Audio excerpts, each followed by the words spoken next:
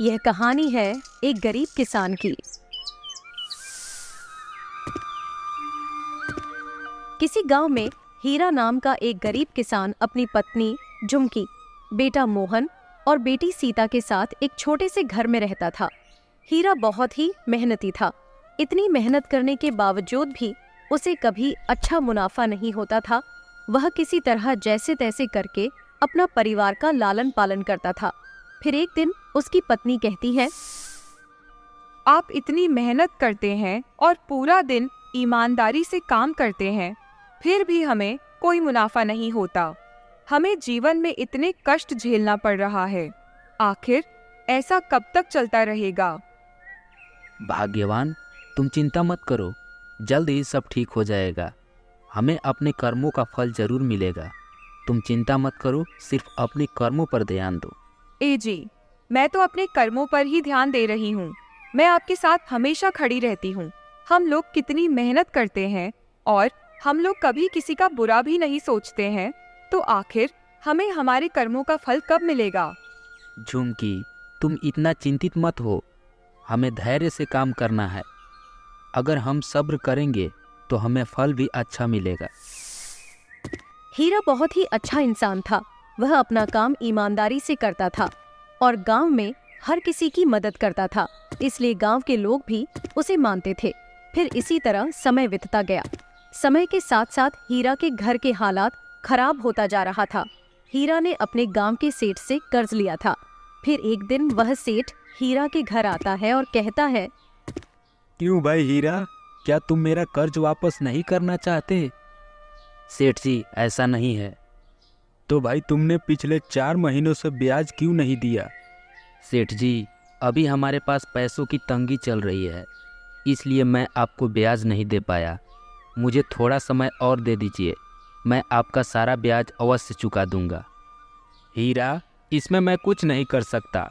देखो, जो जायज़ है उसके अनुसार ही तुमको काम करना पड़ेगा। मैं तुम्हें 1 महीने की और समय देता हूँ। अगर तुम पूरे 4 महीनों की ब्याज दे दोगे तो ठीक है, नहीं तो मैं तुम्हारा जमीन पर कब्जा कर लूँगा। इतना कहकर सेठ वहां से चला जाता है।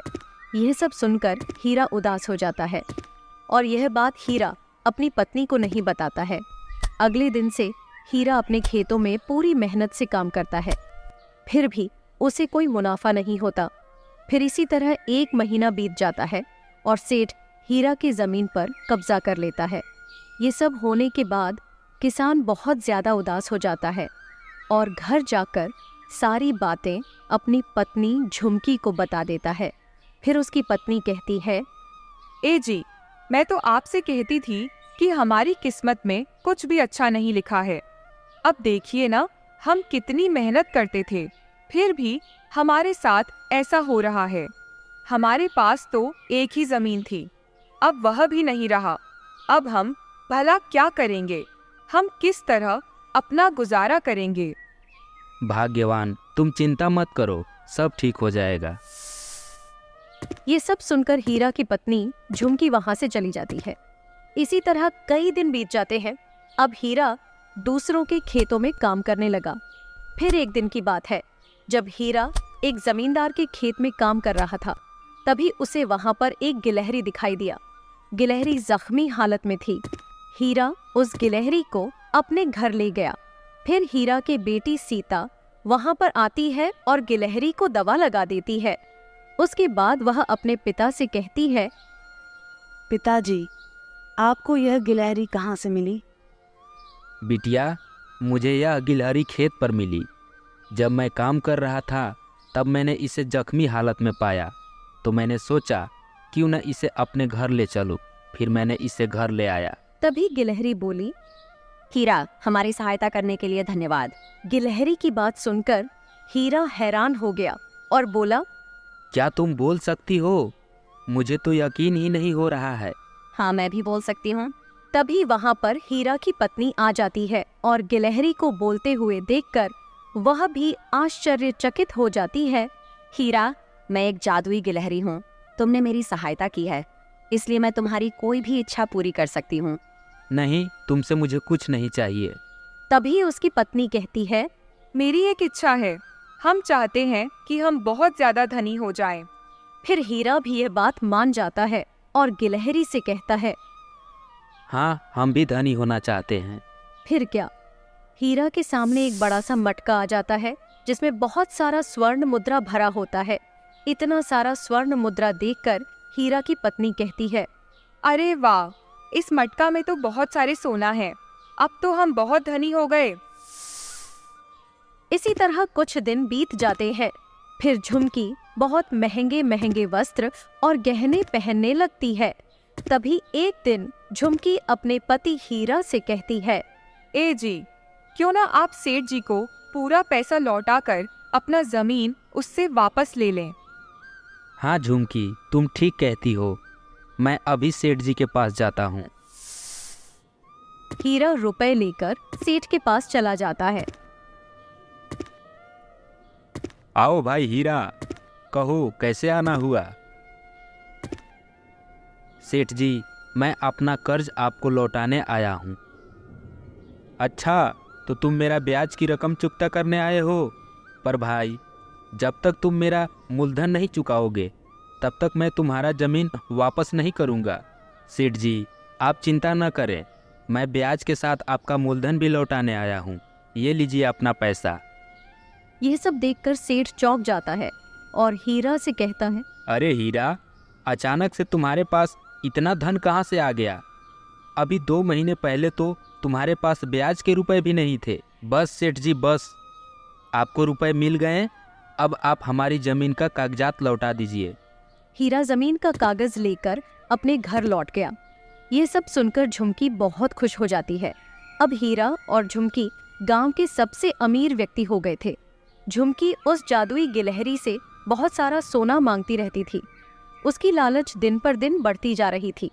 वहीं दूसरी तरफ हीरा धन के लालच में दिन पर दिन अंधा होता जा रहा था। हीरा और झुमकी दूसरों को कुछ भी नहीं समझते थे। वे लोग गांव के सभी लोगों के साथ बहुत ज्यादा बुरा व्यवहार करने लगे थे। जब सेठ को यह सब बात पता चला कि अब हीरा बहुत ज्यादा अमीर हो गया है, तो सेठ हीरा को ज्यादा उकसाने लगा, क्योंकि हीरा लोगों को कम ब्याज दर पर रुपए देने लगा था। तभी सेठ ने हीरा से कहा, हीरा भाई, तुम्हें तो इस मौके का फ़ायदा उठाना चाहिए। तुम इतने कम ब्याज पर कर्ज क्यों देते हो?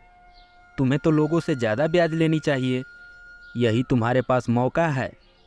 इससे तुम और धनी हो जाओगे और साथ में तुम्हारे पास ज़मीन भी बहुत सारी हो जाएगी। अब हीरा भी सेठ की बातों में आ जाता है। फिर हीरा अधिक ब्याज की दर से रुपए देकर लोगों को जमीन पर कब्जा करने लगा। पहले तो हीरा के व्यवहार बहुत ही अच्छा था, इसीलिए लोग उससे कर्ज ले लेते थे, ये सोचकर कि वह उनके साथ गलत व्यवहार नहीं करेगा, क्योंकि हीरा शुरुआत में लोगों को कम ब्याज पर पैसे देता था। इसीलिए गांव के सभी लोग उस पर विश्वास रखते थे। परंतु धीरे धीरे हीरा गरीबों की मजबूरी का फायदा उठाने लगा और जबरदस्ती गरीबों की जमीन पर कब्जा करने लगा। फिर पूरे गांव में हीरा के खिलाफ आक्रोश बढ़ गया, परंतु कोई भी हीरा का कुछ बिगाड़ नहीं पाया। वहीं दूसरी तरफ मोहन, जो कि हीरा का बेटा था, वह भी पैसों को देखकर बिगड़ चुका था। वह दूसरों को अपने सामने कुछ भी नहीं समझता था। साथ ही उसे जुए शराब की भी बुरी लत लग गई थी। ये सब जानते हुए भी हीरा और झुमकी अपने बेटे मोहन को कुछ भी नहीं कहते थे। इसी तरह समय गुजरता गया। फिर एक दिन मोहन कैंसर की बीमारी से ग्रस्त हो गया। उसकी हालत बहुत ज्यादा खराब हो गई। हीरा उसे हर वैद्य के पास ले गया, लेकिन उसका इलाज कहीं पर भी संभव नहीं हुआ। अब मोहन की हालत दिन पर दिन खराब होता जा रहा था। तभी एक दिन हीरा के घर पर बहुत बड़ा वैद्य जी आते हैं। तभी हीरा वैद्य जी से कहने लगा, वैद्य जी, आप पैसे की चिंता मत कीजिए। आप जितना चाहें मुझसे पैसा ले लीजिए, पर आप मेरे बेटे को ठीक कर दीजिए। भाई, आपका बेटा ऐसी बीमारी से ग्रस्त है कि इसे दुनिया के कोई भी वैद्य नहीं ठीक कर सकता। वैद्य जी, मेरे पास बहुत सारा धन है, फिर भी आप मेरे बेटे का इलाज क्यों नहीं करते? आपको जितना पैसा चाहिए ले लो। भाई साहब, जीवन में हर चीज़ केवल धन से ही नहीं होता। कुछ चीज़ें ऐसी होती है जो धन से परे होती हैं। हमें धन को इतना महत्व नहीं देना चाहिए, नहीं तो हमें एक न एक दिन बहुत ज़्यादा पछताना पड़ता है। इतना कहकर वैद्य वहां से चला जाता है। फिर झुमकी रोते हुए कहती है, पता नहीं हमारे बेटे को किसकी नजर लग गई। यह इतना बीमार हो गया कि कहीं पर भी इसका इलाज संभव नहीं है। हमारे बेटे की हालत दिन पर दिन खराब होती जा रही है। हाँ झुमकी, तुम बिल्कुल सही कह रही हो। पता नहीं हमारे बेटे को क्या हो गया है। अब ये भला कैसे ठीक होगा। इतना कहकर हीरा भी रोने लगा। ये सब बात उसकी बेटी सीता सुन लेती है और वह कहती है, पिताजी, आप लोग भला यह सब अजीब अजीब सी बातें क्यों कर रहे हैं?